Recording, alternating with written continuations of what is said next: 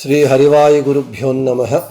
ಓಂ ವಂದೇ ವಿಷ್ಣುಂ ನಮಾಮಿ ಶ್ರಿಯಮಥ ಚ ಭುವಂ ಬ್ರಹ್ಮವಾಯೂ ಚ ವಂದೇ ಗಾಯತ್ರೀಂ ಭಾರತೀಂ ತಾಮಪಿ ಗರುಡಮನಂತಂ ಭಜೆ ರುದ್ರದೇವಂ ದೇವೀಂ ವಂದೇ ಸುಪರ್ಣೀಮಹಿಪತಿದಯಿತಾಂ ವಾರುಣೀಮಪ್ಯುಮಾಂ ತಾಂ ಇಂದ್ರಾದೀನ್ ಕಾಮಮುಖ್ಯಾನಪಿ ಸಕಲಸುರಾನ್ ತದ್ಗುರೂನ್ಮದ್ಗುರೂಂಶ್ಚ ಅಭ್ರಮಂ ಭಂಗರಹಿತಂ ಅಜಡಂ ವಿಮಲಂ ಸದಾ ಆನಂದತೀರ್ಥಮತುಲಂ ಭಜೆ ತಾಪತ್ರಯಾಪಹಂ. ಸಾಧಿತಾ ಕಿಲ ಸತ್ತತ್ವಂ ಬಾಧಿತಾ ಕಿಲ ದುರ್ಮತಂ ಬೋಧಿತಾ ಕಿಲ ಸನ್ಮಾರ್ಗಂ ಮಾಧವಾಖ್ಯಯತಿಂ ಭಜೆ. ಸಂಸ್ಥಾನರಕ್ಷಣೆ ಶೂರಾನ್ ಪ್ರಸನ್ನಾನ್ ರಾಘವಾರ್ಚನೆ ಪ್ರಣಮಾಮಿ ಗುರೂನ್ ನಿತ್ಯಂ ಪ್ರಸನ್ನಶೂರಮಾಧವಾನ್. ಪ್ರಸನ್ನಶೂರಮಾಧವಕರಾಬ್ಜೋತ್ಥಾನ್ ಯತೀಶ್ವರಾನ್ ವೀರರಾಮರತಾನ್ ವಂದೇ ವಿದ್ಯಾಸಾಗರಮಾಧವಾನ್. ಪೃಥ್ವೀಮಂಡಲಮಧ್ಯಸ್ಥಾಃ ಪೂರ್ಣಬೋಧಮತಾನುಗಾಃ ವೈಷ್ಣವಾಃ ವಿಷ್ಣುಹೃದಯಾಃ ತಾನ್ ನಮಸ್ಯೆ ಗುರೂನ್ ಮಮ. ಆಪಾದಮೌಳಿಪರ್ಯಂತಂ ಗುರುಣಾಮಾಕೃತಿಂ ಸ್ಮರೇತ್ ತೇನ ವಿಘ್ನಾಃ ಪ್ರಣಶ್ಯಂತಿ ಸಿದ್ಧ್ಯಂತಿ ಚ ಮನೋರಥಾಃ. ಶ್ರೀ ಗುರುಭ್ಯೋ ನಮಃ. ಹರಿ ಓಂ.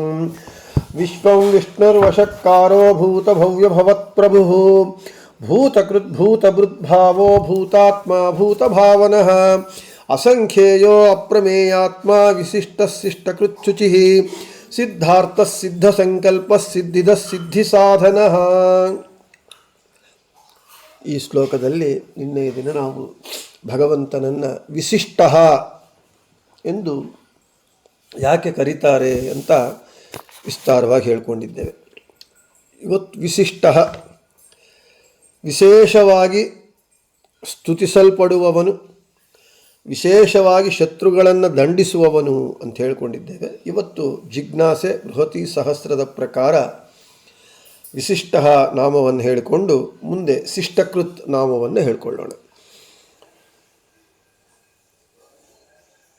ವಿಶಿಷ್ಟತ್ವ ಅಂದರೆ ಶ್ರೇಷ್ಠತ್ವ. ಇದು ಒಂದು ಗುಣ.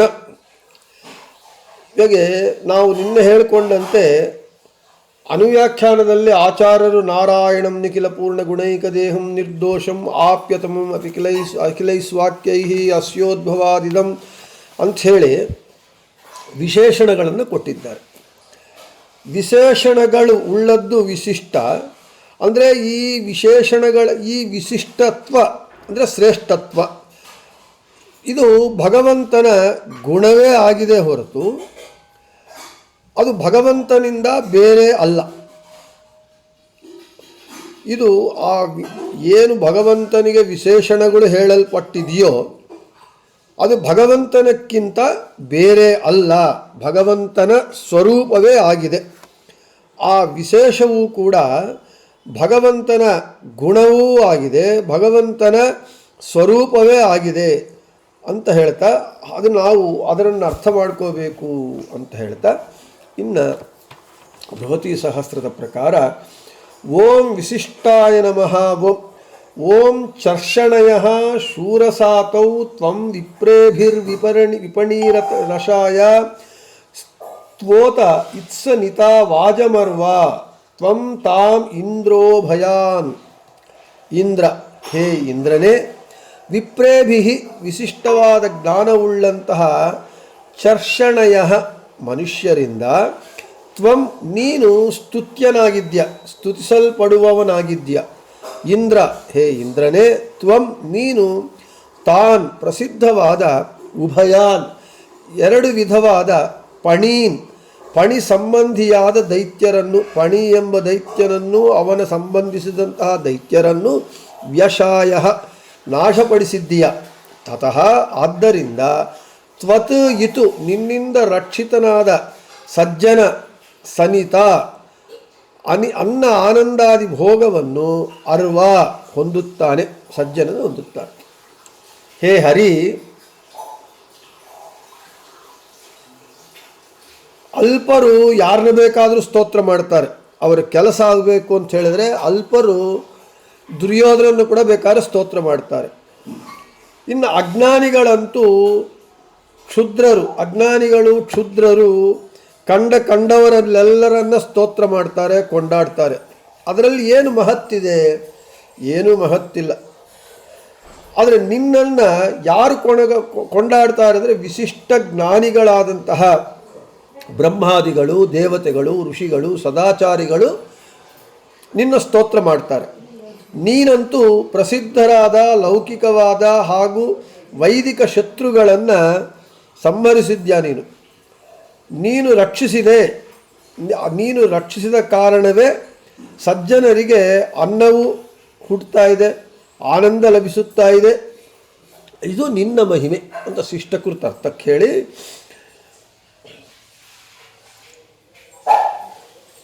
ತ್ವಂ ವಿಪಣೀರಶಾಯ, ನೀನು ವಿಶಿಷ್ಟ ಜ್ಞಾನಿಗಳಿಂದ ಸ್ತುತಿಸಲ್ಪಡುವವನು, ಸ್ತುತ್ಯನು, ಪಣಿ ಮೊದಲಾದ ದೈತ್ಯರನ್ನು ಕೊಂದಿದ್ಯಾ ಅಂತ ಹೇಳ್ತಾ, ನೀನು ವಿಶಿಷ್ಟ ವಿಶೇಷವಾಗಿ ಶಿಷ್ಟ ಶತ್ರುಣಾಂ ಶಾಯಿತ, ಶತ್ರುಗಳನ್ನು ಸಂಹಾರ ಮಾಡುತ್ತ್ಯಾ, ಕೊಲ್ಲುತ್ತ್ಯಾ, ಆದ ಕಾರಣ ನಿನಗೆ ವಿಶಿಷ್ಟ ಎಂಬಂತಹ ಹೆಸರು ಬಂದಿದೆ ಅಂತೇಳಿ ಬೃಹತಿ ಸಹಸ್ರದ ಪ್ರಕಾರ ನಾವು ಹೇಳಿಕೊಂಡು, ಇನ್ನು ಇವತ್ತು ಶಿಷ್ಟಕೃತ್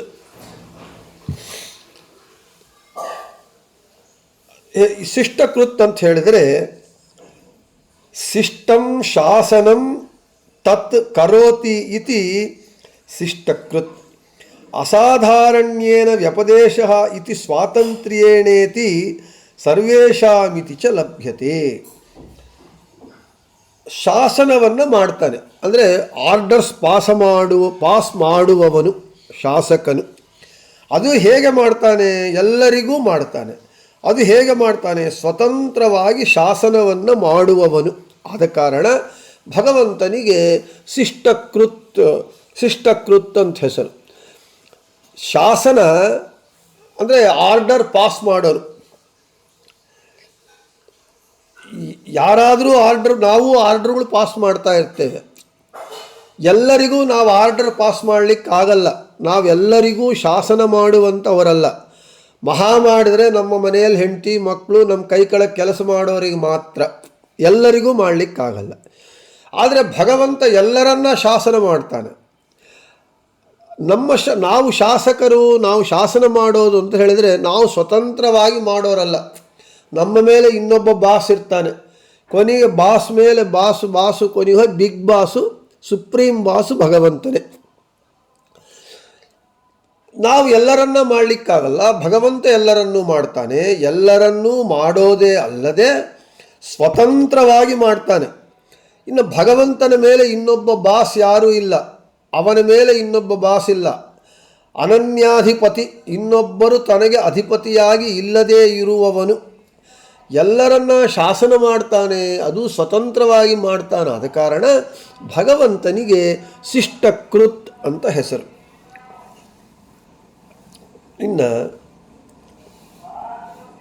ಇನ್ನೊಂದು ಹೇಳ್ತಾರೆ, ಏಕಃ ಶಾಸ್ತ ನ ದ್ವಿತೀಯೋ ಅಸ್ತಿ ಶಾಸ್ತ. ಎಲ್ಲರನ್ನ ಶಾಸನ ಮಾಡುವ ಅಧಿಕಾರ, ಸಾಮರ್ಥ್ಯ, ಪವರ್ ಆ್ಯಂಡ್ ಕೇಪಬಿಲಿಟಿ, ಎಬಿಲಿಟಿ, ಎಲ್ಲರನ್ನ ಶಾಸನ ಮಾಡುವಂತಹ ಅಧಿಕಾರ ಮತ್ತು ಸಾಮರ್ಥ್ಯ ಭಗವಂತನೊಬ್ಬನಿಗೆ ಇದೆ. ಎಂತಹ ಭಗವಂತನಿಗೆ ಅಂದರೆ ಸ್ವತಂತ್ರನಾದ ಭಗವಂತನೊಬ್ಬನಿಗೇನೆ ಎಲ್ಲರನ್ನ ಅಧಿಕಾರ ಮಾಡುವ, ಎಲ್ಲರನ್ನೂ ಶಾಸನ ಮಾಡುವ ಅಧಿಕಾರ, ಸಾಮರ್ಥ್ಯವಿದೆ. ಏಕಃ ಶಾಸ್ತ, ಒಬ್ಬನೇ ಶಾಸಕ, ಶಾಸನ ಮಾಡುವವನು. ನ ದ್ವಿತೀಯೋ ಅಸ್ತಿ ಶಾಸ್ತ, ಇನ್ನೊಬ್ಬ ಶಾಸಕನು ಇಲ್ಲ, ಇನ್ನೊಬ್ಬ ಶಾಸನ ಮಾಡುವವನು ಇಲ್ಲ, ಇನ್ನೊಬ್ಬನು. ಇನ್ನು ಭಾಗವತ ತಾತ್ಪರ್ಯ ನಿರ್ಣಯದಲ್ಲಿ ಆಚಾರ್ಯರು ಉದರ ಶಾಂಡಿಲ್ಯ ಶ್ರುತಿ ಇರುವ ವಾಕ್ಯವನ್ನು ಉಲ್ಲೇಖ ಮಾಡ್ತಾರೆ ಶಿಷ್ಟಕೃತ್ ಎಂಬ ನಾಮಕ್ಕೆ. ಖಂಡಾಧೀಶಾಃ ಸಾರ್ವಭೌಮಸ್ಯ ಯದ್ವತ್ ಬ್ರಹ್ಮೇಶಾದ್ಯಾಃ ಕುರುವತೆ ತೇ ಅನುಶಾಸ್ತಿಂ ಅಂತ ಹೇಳ್ತಾ ಇದ್ದಾರೆ. ಸಾರ್ವಭೌಮನ ಆದೇಶವನ್ನು ಸಾಮಂತರಾಜರು ಪಾಲಿಸುತ್ತಾರೆ. ಅದೇ ರೀತಿಯಾಗಿ ಸಕಲ ಸಾರ್ವಭೌಮ, ಸರ್ವರ ಸಾರ್ವಭೌಮ, ಅನನ್ಯಾಧಿಪತಿಯಾದ ಭಗವಂತನ ಶಾಸನವನ್ನು ಚತುರ್ಮುಖ ರುದ್ರಾದಿಗಳೆಲ್ಲರೂ ಪಾಲಿಸುತ್ತಾರೆ ಅಂತ ಉದರ ಶಾಂಡಿಲ್ಯ ಶ್ರುತಿ ಹೇಳ್ತಾ ಇದೆ. ಅಂದರೆ ಎಲ್ಲರನ್ನೂ ಶಾಸನ ಮಾಡುವವರು, ನಿಯಂತ್ರಣ ಮಾಡುವವರು ಬ್ರಹ್ಮ ರುದ್ರಾದಿಗಳು ದೇವತೆಗಳಾದರೆ ಅವರನ್ನು ಕೂಡ ಶಾಸನ ಮಾಡುವವನು ಭಗವಂತ ಅಂತ ಉದರ ಶಾಂಡಿಲ್ಯ ಶ್ರುತಿ ಹೇಳ್ತಾ ಇದೆ ಅಂತ ಆಚಾರ್ಯರು ಭಾಗವತ ತಾತ್ಪರ್ಯ ನಿರ್ಣಯದಲ್ಲಿ ಹೇಳ್ತಾ, ಆದ ಕಾರಣ ಭಗವಂತನಿಗೆ ಶಿಷ್ಟಕೃತ್ ಅಂತ ಹೆಸರು ಅಂತ ಹೇಳ್ತಾ ಇದ್ದಾರೆ. ಇನ್ನು ಯಾಜ್ಞವಲ್ಕ್ಯರು ಹೇಳ್ತಾ ಇದ್ದಾರೆ ಏನಂತ, ಏತಸ್ಯ ವಾ ಅಕ್ಷರಸ್ಯ ಪ್ರಶಾಸನೆ ಗಾರ್ಗಿ ಸೂರ್ಯ ಚಂದ್ರಮಸೌ ವಿಧೃತೌ ತಿಷ್ಠತ ಸಾ ಚ ಪ್ರಶಾಸನಾತ್ ಇತಿ ಬ್ರಹ್ಮಸೂತ್ರೇ ಅಂಬರಾಂತಸ್ಯ ಸರ್ವಸ್ಯ ಧೃತಿ ಪ್ರಶಾಸನಾದುಚ್ಯತೆ. ಏತಸ್ಯ ವಾ ಅಕ್ಷರಸ್ಯ ಪ್ರಶಾಸನೆ ಇತ್ಯಾದಿನ ಅಕ್ಷರನಾಮಕಸ್ಯ ಭಗವತಃ ಪ್ರಶಾಸನಾದೇವ ಅಂಬರಾಂತಸ್ಯ ಧಾರಣಮಿತಿ ಸಿದ್ಧಾಂತಿತಂ. ಭಗವಂತನ ಶಾಸನೆಯ ಮೇರೆಗೇನೆ ಜಗತ್ತಿನ ಪ್ರತಿಯೊಂದು ಧರಿಸಲ್ಪಟ್ಟಿದೆ ಎಂದು ಯಾಜ್ಞವಲ್ಕ್ಯರು ಹೇಳ್ತಾ ಇದ್ದಾರೆ. ಅಂದರೆ ಈ ಜಗತ್ತು ಯಾರಿಂದ ಧರಿಸಲ್ಪಟ್ಟಿದೆ, ಈ ಜಗತ್ತು ಯಾರ ಆಧಿಪತ್ಯದಲ್ಲಿ, ಯಾರ ಪ್ರಭುತ್ವದಲ್ಲಿ, ಯಾರ ವಶದಲ್ಲಿ, ಯಾರ ಶಾಸನವನ್ನು ಅನುಸರಿಸಿ ನಡೀತಾ ಇದೆ ಈ ಜಗತ್ತು ಅಂತ ಹೇಳಿದರೆ, ಭಗವಂತನ ಶಾಸನೆಯ ಮೇರೆಗೆ, ಭಗವಂತನ ಆರ್ಡರ್ಸ್ಗೆ ಅನುಗುಣವಾಗಿಯೇ ಈ ಇಡೀ ಜಗತ್ತು ನಡೀತಾ ಇದೆ. ಅದಕ್ಕೆ ಶ್ರುತಿ ಹೇಳುತ್ತೆ, ತೇನ ವಿನಾ ತೃಣಮಪಿ ನ ಚಲತಿ. ಭಗವಂತನ ಪ್ರಮೇಯವಿಲ್ಲದೆ, ಭಗವಂತನ ನಿಮಿತ್ತವಿಲ್ಲದೆ, ಭಗವಂತನ ಶಾಸನವಿಲ್ಲದೆ ಫುಲ್ಲು ಕಡ್ಡಿಯು ಜಗತ್ತಿನಲ್ಲಿ ಅಲ್ಲಾಡುವುದಿಲ್ಲ ಅಂತ ಸ್ಪಷ್ಟವಾಗಿ ಹೇಳ್ತಾ ಇದ್ದಾರೆ. ಒಟ್ಟಾರೆ ಏನು ಭಗವಂತ ಸರ್ವ ಸಾರ್ವಭೌಮ, ಸಿರಿ ಸಾರ್ವಭೌಮ, ಜಗತ್ತಿನ ಸಾರ್ವಭೌಮ, ಅವನೊಬ್ಬನೇ ಏಕಮೇವ ಜಗತ್ತಿನ ಸಾರ್ವಭೌಮನಾಗಿದ್ದಾನೆ ಅಂತ ಭಗವಂತನ ಸರ್ವೋತ್ತಮತ್ವವನ್ನು ಹೇಳ್ತಾ ಇದ್ದಾರೆ. ಇನ್ನು ಭಗವತಃ ಶಾಸಕತ್ವಮಧಿಕೃತ್ಯಾಧಿಕ ವಿಚಾರ ಶಾಸ್ತಾ ಇತಿ ನಾಮ್ನಃ ವ್ಯಾಖ್ಯಾನೆ ದ್ರಷ್ಟವ್ಯ. ಇನ್ನು ಭಗವಂತನ ಶಾಸಕತ್ವದ ಬಗ್ಗೆ ಇನ್ನಿಷ್ಟು ವಿಚಾರವನ್ನು ಶಾಸ್ತಾ ಎಂಬ ನಾಮದಲ್ಲಿರುವ ವ್ಯಾಖ್ಯಾನದಿಂದ ತಿಳ್ಕೊಳ್ಳಿ ಅಂತ ವ್ಯಾಖ್ಯಾನಕಾರರು ಹೇಳ್ತಾ ಇದ್ದಾರೆ. ಇನ್ನು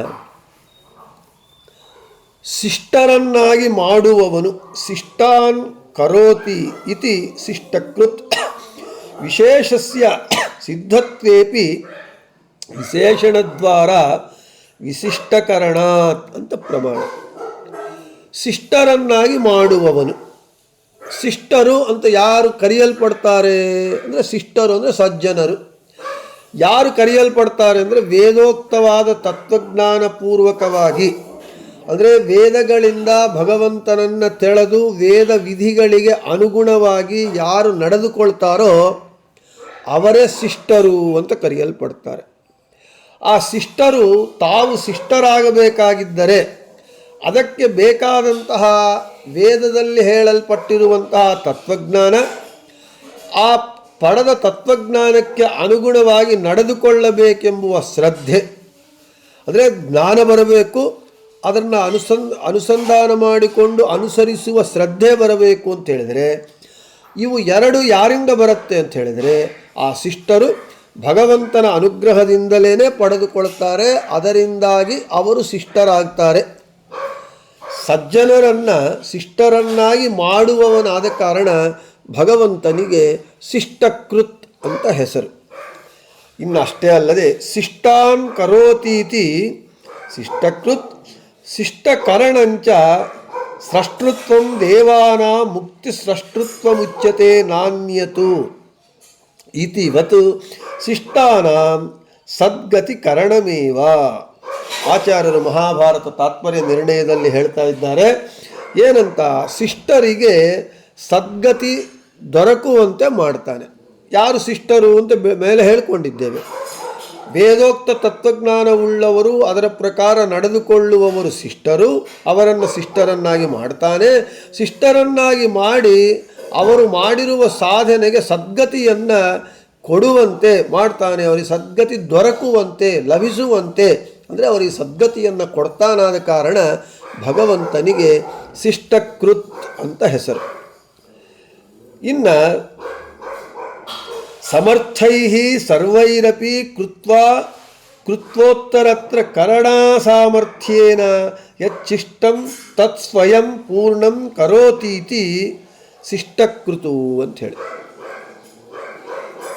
ಸಮರ್ಥರಾದವರೆಲ್ಲರೂ ಕೂಡ ಮಾಡಿ ಮಾಡಿ ಇನ್ನು ಮುಂದೆ ನಮಗೆ ಮಾಡಲಿಕ್ಕೆ ಸಾಧ್ಯವಾಗುವುದಿಲ್ಲ ಅಂತ ಬಿಟ್ಟಿರೋವನ್ನು, ಉಳಿದ ಕೆಲಸವನ್ನು ಪೂರ್ಣವಾಗಿ ಮಾಡುವವನು.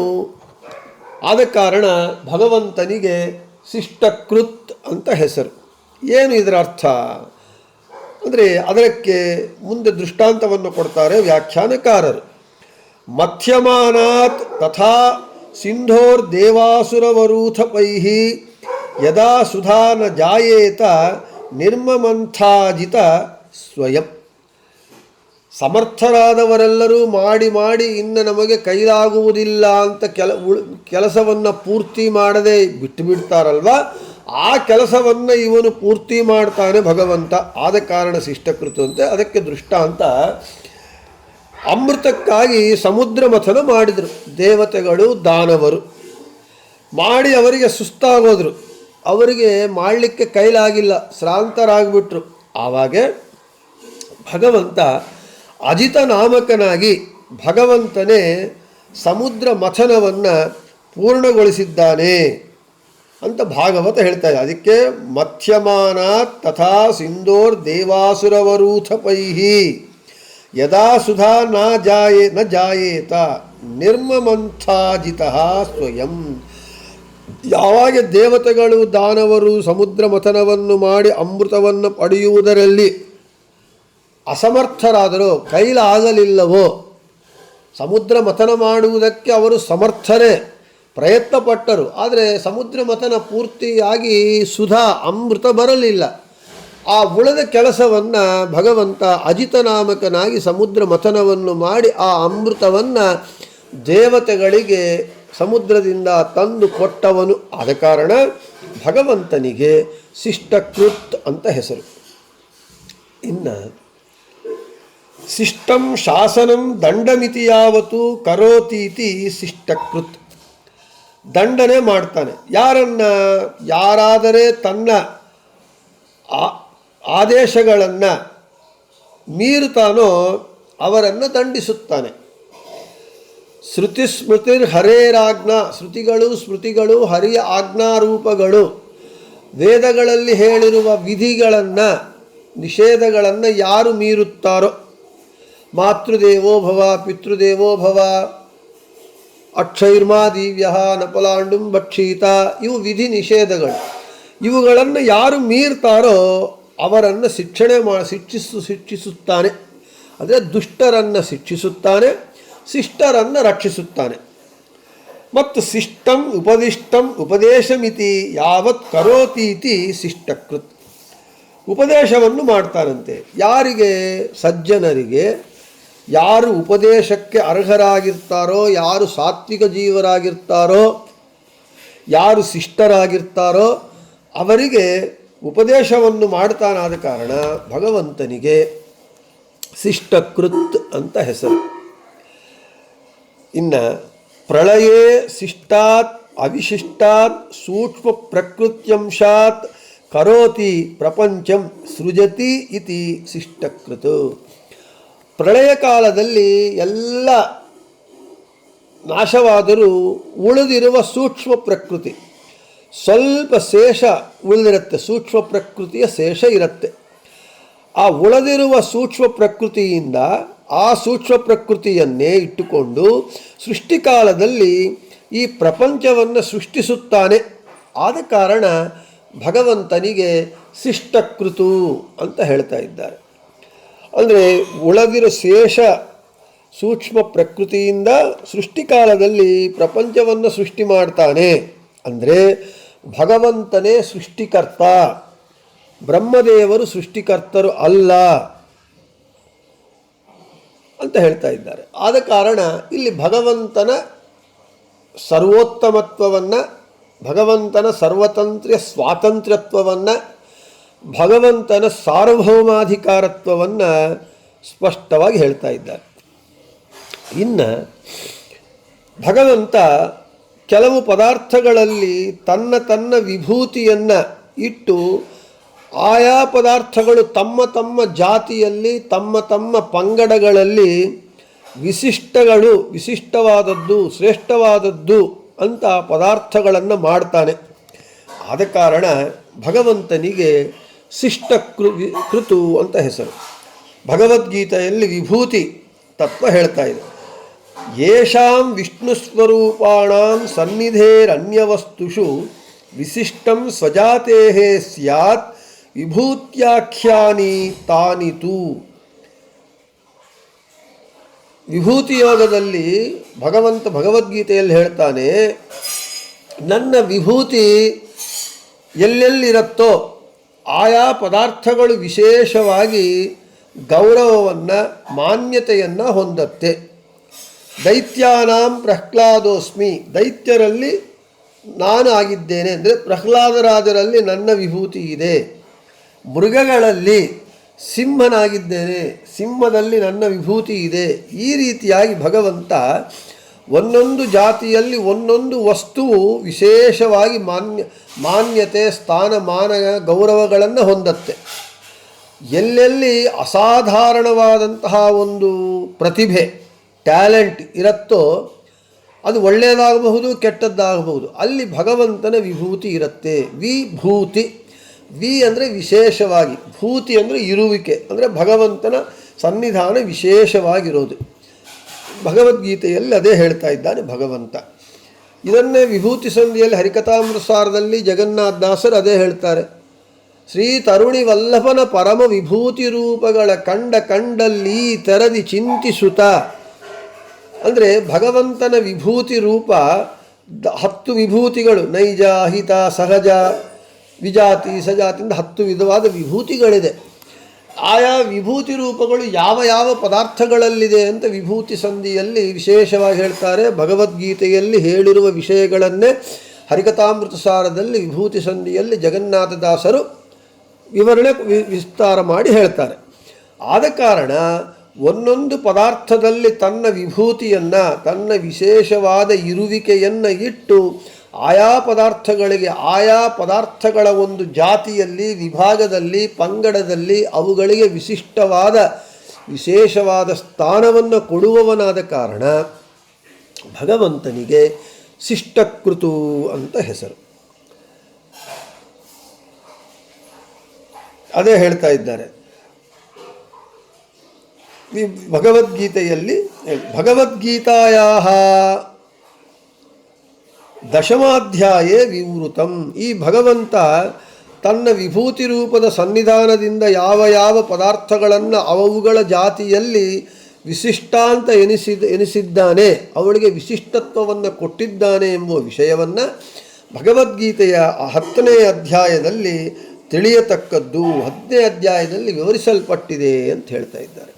ಇನ್ನು ಕೊನೆಗೆ ಶಿಷ್ಟರನ್ನು ಪಾಲಿಸುವವನು, ಶಿಷ್ಟಾನ್ ಕರೋತಿ ಪಾಲಯತೀತಿ, ಸಾಮಾನ್ಯವಚನೋ ಧಾತುರ್ವಿಶೇಷವಚನೋ ದೃಷ್ಟಃ ಕುರು ಕಾಷ್ಟಾನಿ ಇತ್ಯಾಹರಣೆ ಯಥಾ ತದ್ವತ್ ಇತಿ.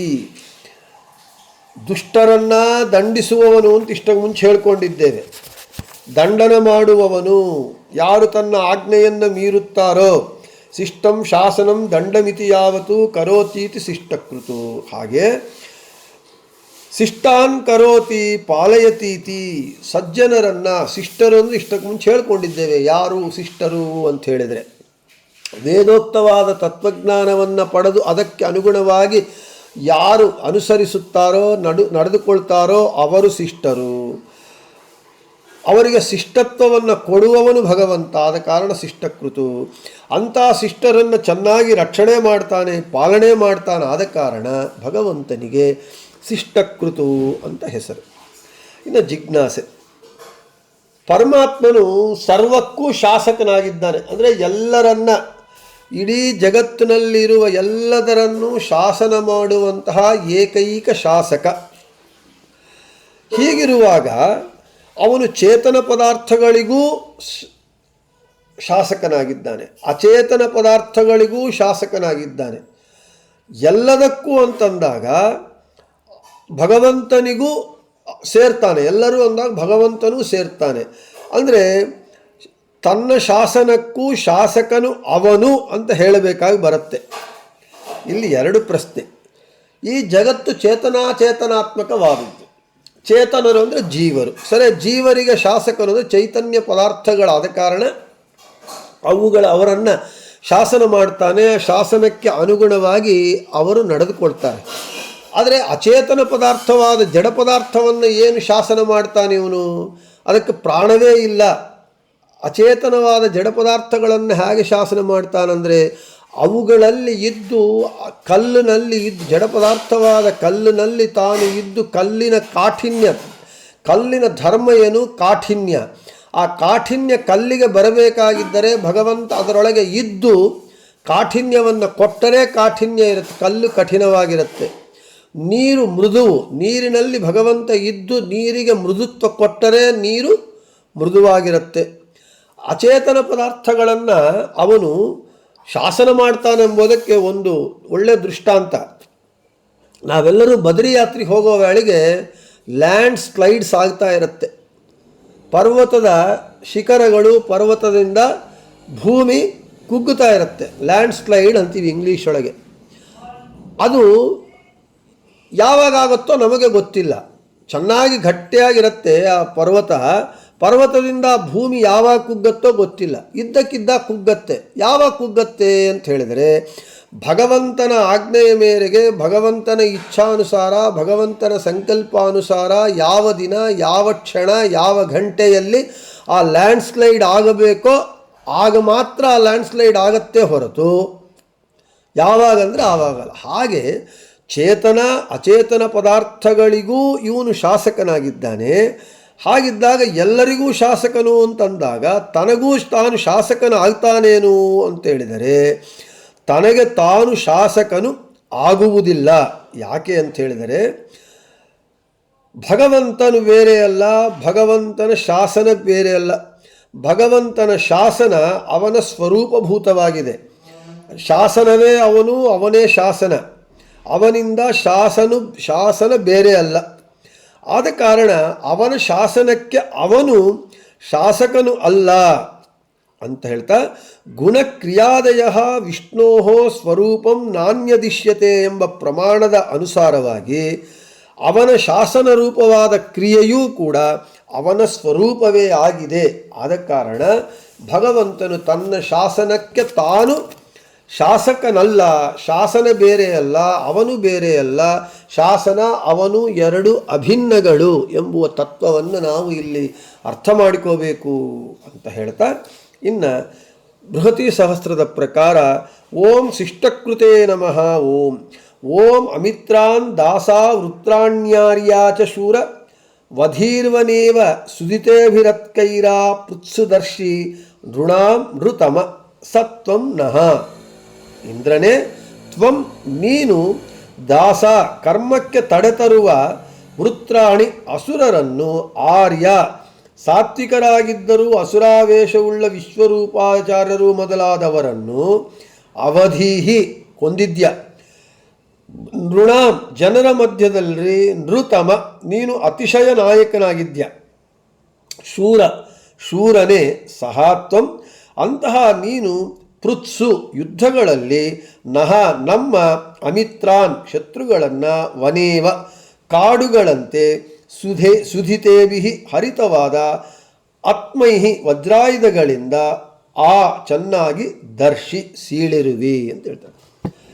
ಈ ಕೆಲವರೇನು ಮಾಡ್ತಾರೆ, ಒಳ್ಳೆಯ ಕರ್ಮಗಳಿಗೆ ಅಡ್ಡಿ ಮಾಡ್ತಾರೆ, ಆದರೆ ಅವರು ಒಳಗೆ ಸಾತ್ವಿಕರಾಗಿರ್ತಾರೆ, ಅಸುರಾವೇಶದಿಂದ ಮಾಡ್ತಾ ಇರ್ತಾರೆ. ಅಂತಹ ಅವರನ್ನು ನೀನು ಕೊಲ್ಲುತ್ಯ. ವಿಶ್ವರೂಪಾಚಾರ್ಯರು ಸಾತ್ವಿಕರೇ, ಆದರೆ ಅಸುರಾವೇಶದಿಂದ ಅಸುರತ್ವದಿಂದ ಅವರೇನು ಮಾಡಿದ್ರು, ದೇವತೆಗಳಿಗೆ ತೊಂದರೆ ಕೊಟ್ಟರು. ಅಂಥವರನ್ನು ಕೊಲ್ಲುವವನು ನೀನು. ಎಲ್ಲರ ಮಧ್ಯದಲ್ಲಿ ನೀನು ಶ್ರೇಷ್ಠನಾಗಿದ್ಯ, ನಿನಕ್ಕಿಂತ ಶ್ರೇಷ್ಠನು ಯಾವನೂ ಇಲ್ಲ, ಎಲ್ಲರಿಗೂ ನೀನೇ ನಾಯಕನಾಗಿ ಶ್ರೇಷ್ಠ ನಾಯಕನಾಗಿದ್ಯಾ, ಎಲ್ಲರಕ್ಕಿಂತ ನೀನೇ ಶೂರನಾಗಿದ್ಯಾ, ನಿನ್ಕಿಂತ ದೊಡ್ಡ ಶೂರ ವೀರ ಯಾರೂ ಇಲ್ಲ, ನೀನೇ ಶೂರರಾಮ ವೀರರಾಮನಾಗಿದ್ಯಾ. ನೀನು ಯುದ್ಧದಲ್ಲಿ ಶತ್ರುಗಳನ್ನು ಸುಲಭವಾಗಿ ಪೂರ್ಣವಾಗಿ ನಾಶ ಮಾಡ್ತೀಯ, ಸಂಹಾರ ಮಾಡ್ತೀಯ. ಹೇಗೆ ಕಾಡ್ಗಿಚ್ಚು, ವೈಲ್ಡ್ ಫೈರ್, ಕಾಡ್ಗಿಚ್ಚು ಕಾಡಲ್ಲಿರುವ ಕಾಡನ್ನೆಲ್ಲ ಸುಟ್ಟು ಬೂದಿ ಮಾಡುತ್ತೋ, ಆ ರೀತಿಯಾಗಿ ನೀನು ಸುಲಭವಾಗಿ ಶತ್ರುಗಳನ್ನು ನಿಶ್ಶೇಷವಾಗಿ ನಾಶಗೈಯುವವನು, ನಾಶ ಮಾಡುವವನು. ಆದ ಕಾರಣ ನಿನಗೆ ಶಿಷ್ಟಕೃತು. ವನೇವ ಸುಧಿತೇಭಿರತ್ಕೈರ ಪೃತ್ಸುದರ್ಶಿ. ಪೃತ್ಸು ಯುದ್ಧಗಳಲ್ಲಿ ಕಾಡುಗಳನ್ನೆಂಬಂತೆ ಚೂಪಾದ ವಜ್ರಾಯುಧದಿಂದ ಶತ್ರುಗಳನ್ನು ಸೀಳಿರುವಿ. ಆದ ಕಾರಣ ನೀನು ಶಿಷ್ಟಂ ಶಾಸನಂ ಶತ್ರುಣಾಂ ಕರೋತಿ ಇತಿ ಶಿಷ್ಟಕೃತು. ಶತ್ರುಗಳನ್ನು ಶಾಸನ ಮಾಡುವವನು, ನಾಶ ಮಾಡುವವನು. ಆದ ಕಾರಣ ನಿನಗೆ ಶಿಷ್ಟಕೃತ್ ಅಂತ ನಿನಗೆ ಹೆಸರು ಅಂತ ಬೃಹತಿ ಸಹಸ್ರದ ಪ್ರಕಾರ ಇದೆ ಅಂತ ಹೇಳ್ತಾ ಇವತ್ತಿಗೆ ಶಿಷ್ಟಕೃತ್ ನಾಮವನ್ನು ಮುಗಿಸಿ ನಾಳೆ ಶುಚಿಹಿ ಎಂಬುವಂತಹ ಭಗವಂತನ ನಾಮವನ್ನು ನಾಳೆ ಹೇಳಿಕೊಳ್ಳೋಣ ಅಂತ ಹೇಳ್ತಾ ಶ್ರೀಕೃಷ್ಣಾರ್ಪಣಮಸ್ತು ಮಧ್ವೇಶಾರ್ಪಣಮಸ್ತು. ಎಲ್ಲರಿಗೂ ಶುಭ.